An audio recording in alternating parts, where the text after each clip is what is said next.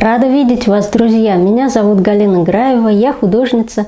Добро пожаловать в мою красочную галактику. Сегодня мы с вами поиграем в снежки с Фернанделлой,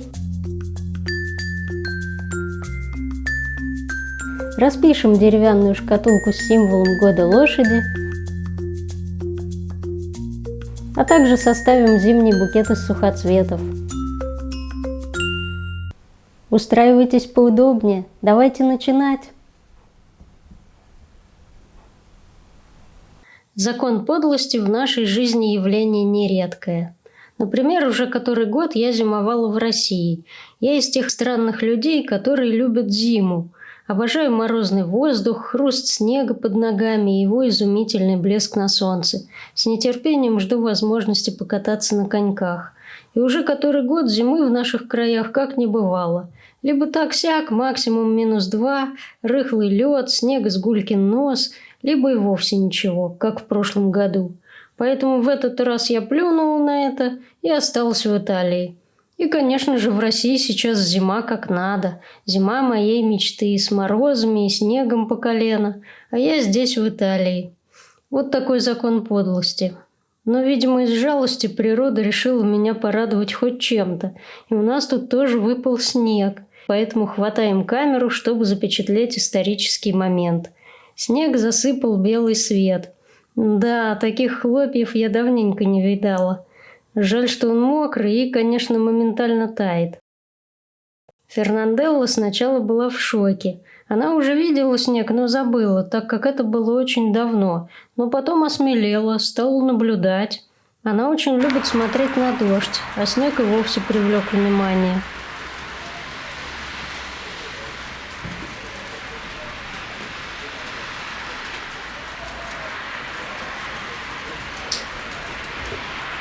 Потом мы с ней даже в снежки поиграли и снеговика слепили, если это можно так назвать.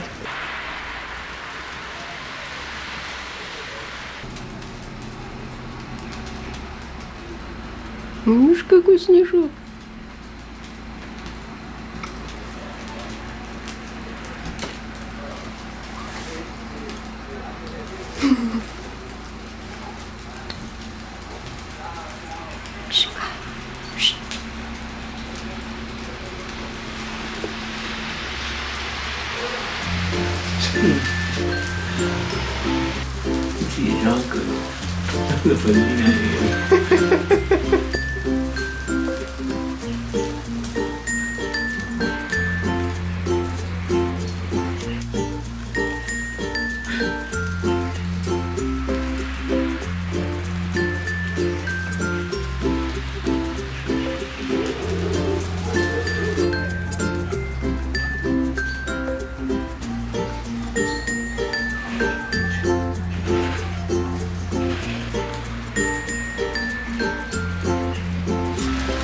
Подай.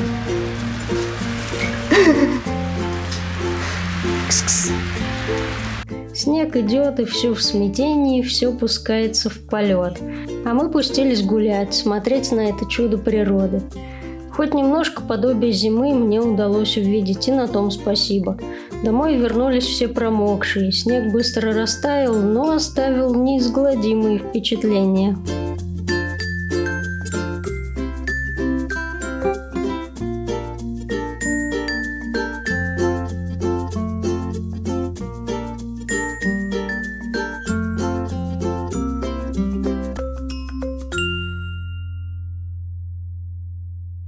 Полюбовались снежком, теперь и за работу можно приняться. Есть у меня, не сказать, что давняя, но уже вполне сложившаяся традиция. Каждый год, на каждый Новый год по восточному календарю я делаю шкатулку с символом приходящего года. У меня уже были шкатулки с тигром,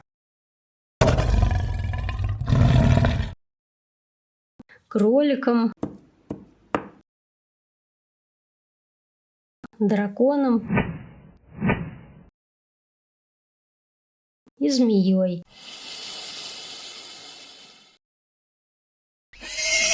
И вот настало время лошадки.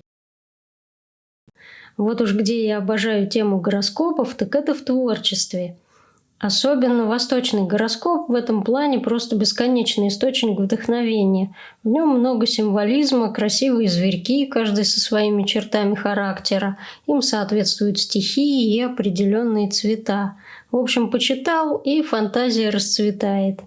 Сегодня примусь за новую шкатулку. Прежде чем начать работу над эскизом, нужно внимательно рассмотреть форму изделия. Она отправная точка в этом виде искусства. Именно форма и диктует, так и хочется сказать, содержание, но по сути так и выходит. Например, на крышке этой шкатулки я разглядела вполне себе отчетливый и красивый рисунок дерева. Для липы это редкость.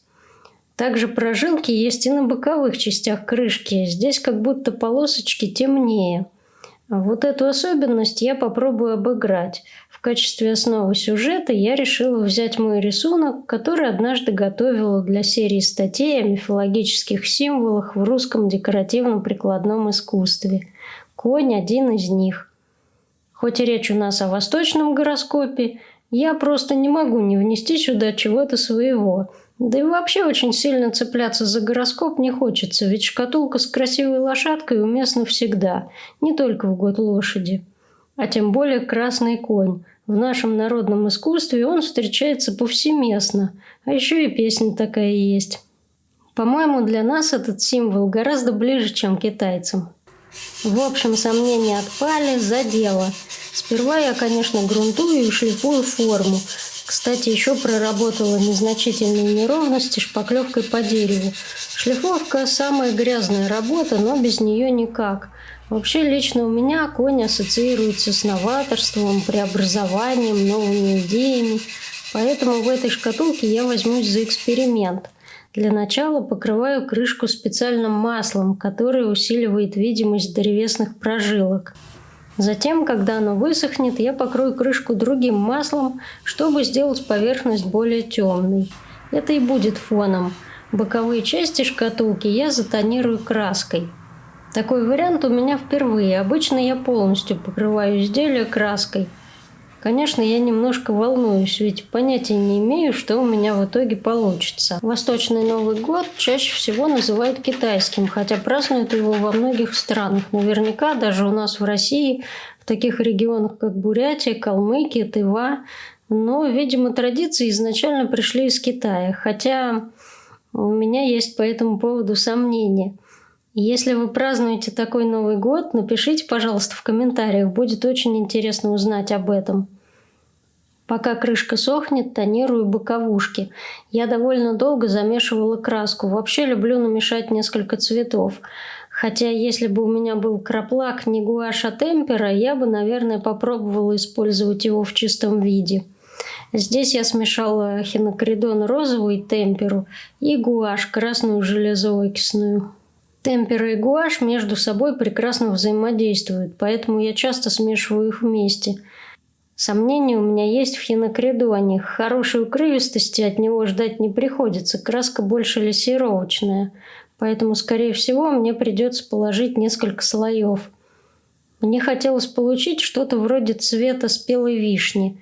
Вышло немного иначе, скорее это слива.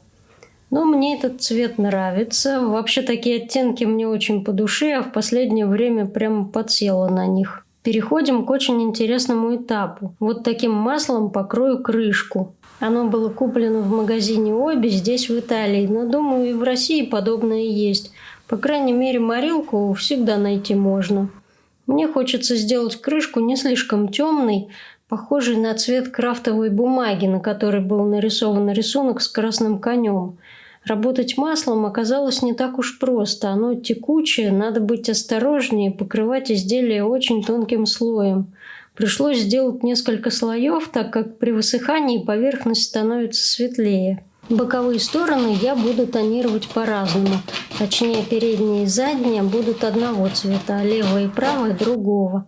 Здесь уже светлые тона. Моя любимая неаполитанская желтая всегда отлично ложится. Разбавила белилами и добавила капельку железоокисной, чтобы приблизить оттенки. Шкатулка – мой любимый предмет в декоративно-прикладном искусстве. По времени и трудозатратам работу здесь можно сравнить с работой над картиной. Не все здесь можно просчитать заранее, лишь основные детали.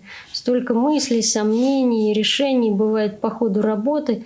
Все как при написании картины.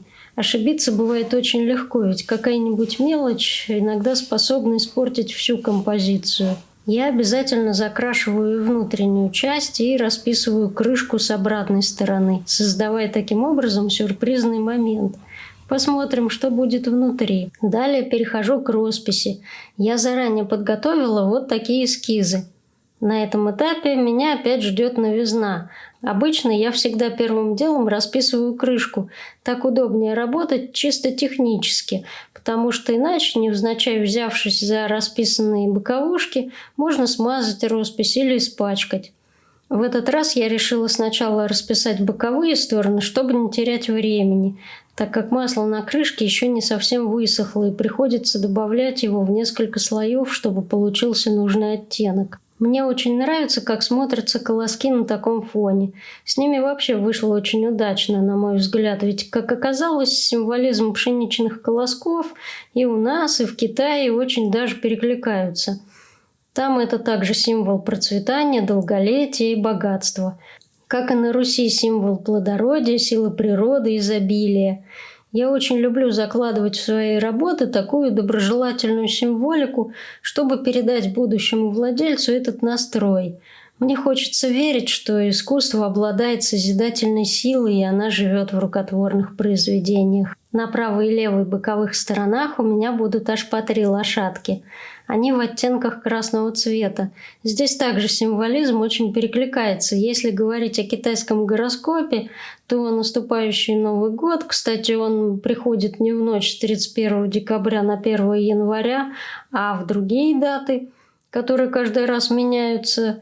Те, кто следит за этой темой, знают, что помимо разных зверьков приходят и различные стихии. Их всего 5: огонь, вода, металл, дерево и земля. У каждого зверька есть своя родная стихия, которая может отличаться от стихии приходящего года. Например, до этого у нас была змея, родной стихией которой был огонь, а стихия года – дерево. Стало быть, змея у нас была деревянной. Так вот, год лошади особенный тем, что родная стихия и стихии года совпадают. Это огонь. Боже мой, я чувствую себя астрологом. Но поверьте, это не моя стезя. Мне очень нравится весь этот символизм обыгрывать в творчестве. Когда, как не сейчас, взяться за такую близкую нам тему красных коней? Ведь они у нас присутствуют чуть ли не в каждой традиционной росписи. В Мезенской, Пермогорской, Борецкой, Городецкой. Хотя в последней больше лошадок черного цвета. Но я по большей части вдохновлялась в своей работе именно городецкими. Тем временем я наконец-то перехожу к росписи основной композиции. Что и говорить, мне очень нравятся лошади, ведь это красивые, грациозные, умные животные, и рисовать их одно удовольствие. Будучи неизменным спутником человека, этим животным, конечно, приписывались характерные черты, нашедшие свое отражение в мифологических, сакральных аспектах. На Руси образ коня связывали с солнцем, тоже огонь, и в этом мы опять совпадаем с Востоком. В русском народном искусстве конь встречался повсеместно. В глиняных игрушках, росписи и резьбе по дереву, вышивке. Это очень добрый и красивый символ. Он олицетворение надежности, верного друга, благородства, защитника от злых сил. И, конечно, конь – это спутник воина, богатыря. Он быстрый и смелый, лучшего соратника не найти. Но мне в своей работе хочется обратиться к менее воинственной теме, которая мне гораздо ближе. Конь как магический помощник, как в сказках «Конек-горбунок» или «Сивка-бурка». Именно такого коня я изображаю и мысленно наделяю его качествами сказочных персонажей. Погуглила, что у нас там в китайском гороскопе насчет лошадок, и обнаружила вот такие характеристики. Энергичность, независимость, свободолюбие, сильная воля, целеустремленность, смелость и предприимчивость. Ну, просто идеальный достигатор. Кажется, я уже завидую тем, кто родился в год лошади. Вообще, мои шкатулки с символикой восточного гороскопа задумывались мной еще и как своеобразные талисманы, особенно для тех, кто родился в год того или иного животного.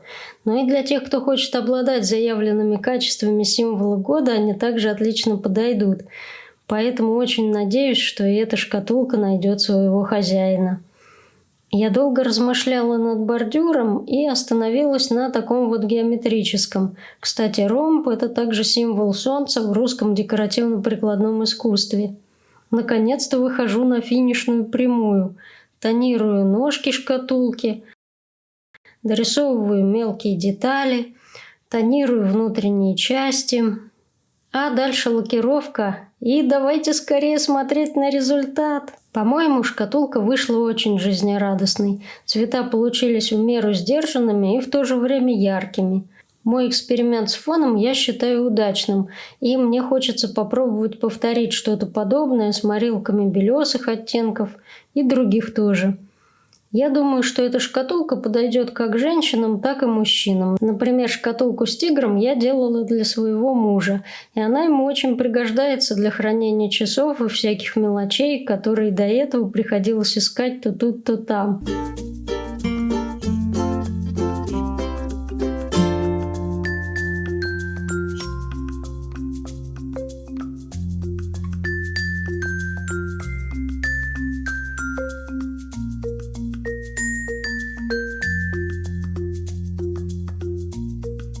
А теперь смотрим, что у нас внутри. Конечно же, подкова на счастье и удачу. На донышко я всегда кладу фетр, чтобы содержимое не повредилось.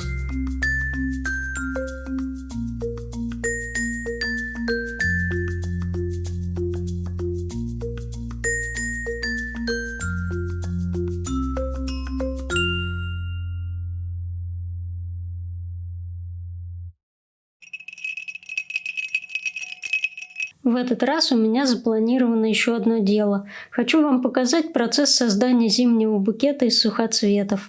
До этого у меня стояла новогодняя композиция с еловыми ветками, которые стали сильно осыпаться. Поэтому решила ее заменить.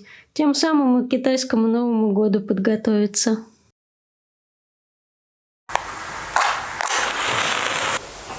Такое ощущение, что я собираюсь проводить какой-то магический обряд. На самом деле всего лишь навсего попробую составить зимний букет. Я очень люблю сухоцветы, и у меня заготовлены вот такие букетики. В простонародье они называются зайчьими хвостиками, а по-научному лагурус. Я собирала их самостоятельно здесь, в приморской зоне, можно сказать, в дикой природе. Окрашивала также самостоятельно пищевыми красителями.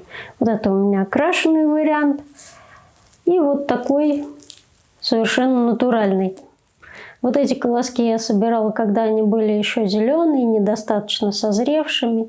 И таким образом они у меня и засохли. Получился такой зеленоватый оттенок без окрашивания.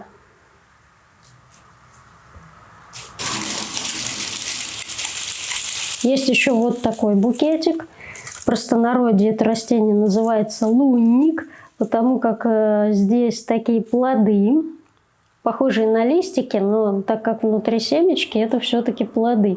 И действительно, на Луну это растение очень похоже, потому что есть такой переливчатый оттенок и круглая форма.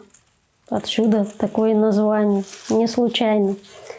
И вот такой букетик дикого мака. Собирала также здесь в полях, такие небольшие коробочки.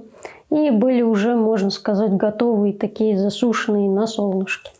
Попробуем составить все это вместе и собрать композицию. Честно говоря, я совершенно не специалист в этом деле. Я знаю, есть, конечно, люди, которые увлекаются и составляют шикарные букеты, знают искусство икебаны. Но у меня будет, так скажем, более простой вариант. Так, для начала определяемся с высотой букета. Ну, где-то вот так, я думаю, нормально. И придется подрезать цветочки. С Сейчас я здорово так намусорю. Ну а что делать? Как говорится, лес рубят, щепки летят. Ничего не поделаешь. Так, эти глазки у меня вообще разлетелись в разные стороны. Но я думаю, ничего страшного. Это все потом, конечно, я приберу. Так, пожалуй, возьму немножечко вот этих.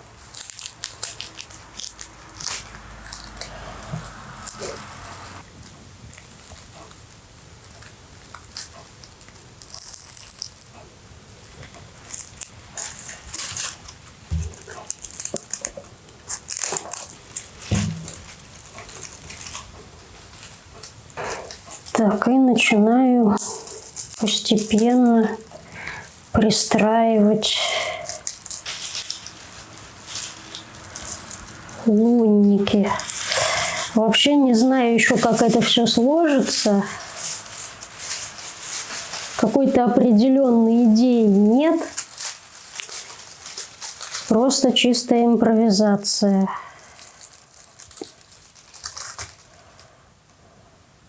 Может быть, есть мысли, знаете, как вот в одной стороне сделать чисто из заячьих хвостиков, с другой стороны лунник. Ну, не знаю. Вот не знаю. Вот сейчас пока так. Как пойдет, как сложится. Сейчас посмотрим. Ну, в всяком случае, мне уже нравится, как смотрится. Вот такой вот букетик с лунником.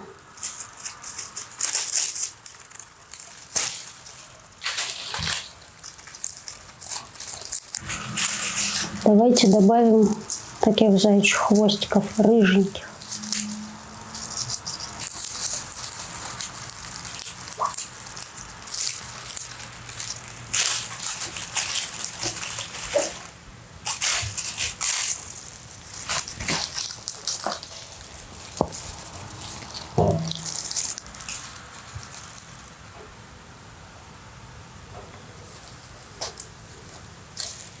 Ой, я совсем забыла добавить мак.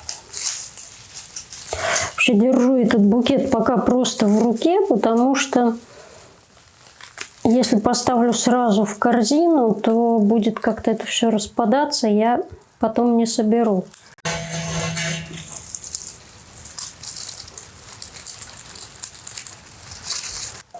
Я очень надеюсь, что наша кошка Фернанделла не будет особо обращать внимание на эту композицию.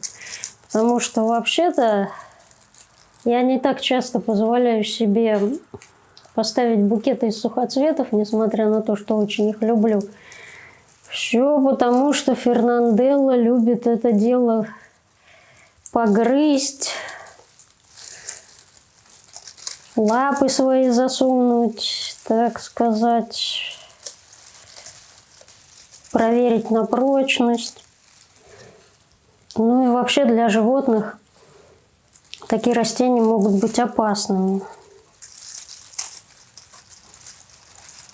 Здесь все-таки семена и такие, ну не то что колючие, вот эти вот как раз таки не колючие, но все-таки достаточно жесткие волоски. Животные могут элементарно этим делом подавиться, поэтому я всегда слежу, вижу, что она как-то заинтересована, лезет погрызть, я стараюсь все это убирать сразу куда-то там подальше. Будем надеяться, что так же, как и с елкой, у нас в этом году удачно получилось.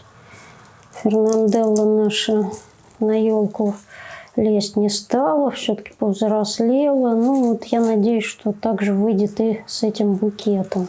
Вполне уже себе такой пышненький букетик получается. Я прихвачу его веревочкой.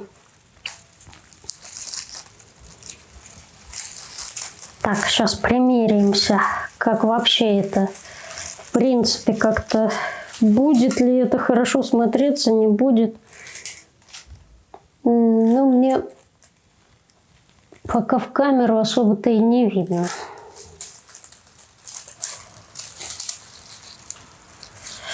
Посмотрим со стороны потом. Потом сюрприз будет. Не знаю. Вот эти вот колоски решила оставить. Или добавить. Уж добавлю все. Все, гулять-то гулять. Добавлю все сразу. Что если сделать их подлиннее, такими вот длинненькими оставить? Мне кажется, будет интересно. Ладно, попробую завязать. Посмотрим, как это вообще все будет.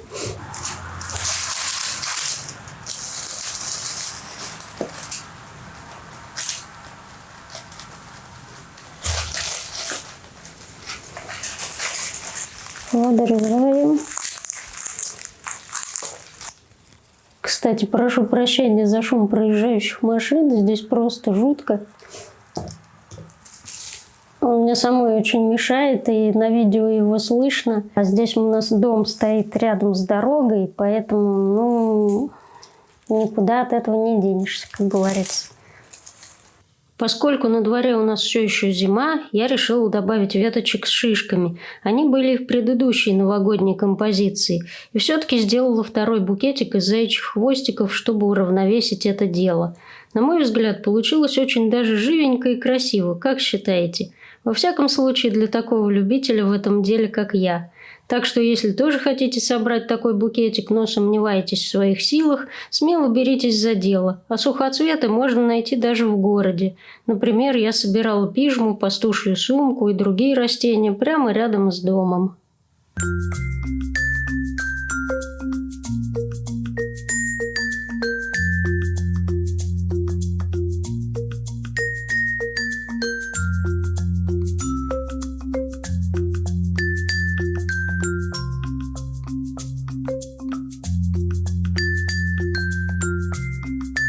Большое вам спасибо за просмотр, друзья. Я очень надеюсь, что это видео вам понравилось и подарило хорошее настроение. Если это так, пожалуйста, поставьте лайки и подпишитесь на мой канал. Ну а я поздравляю вас с Новым годом теперь уже по восточному календарю.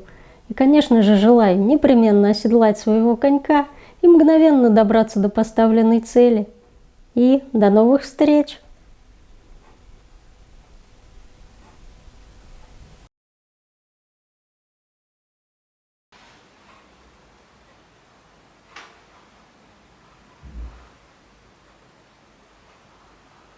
На заре, ранним утром на заре, за рекой по траве ходит в поле красный конь.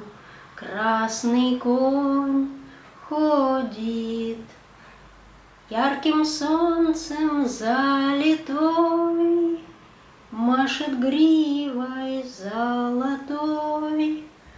Мое детство красный конь ходит, ярким солнцем залитой, машет гривой золотой.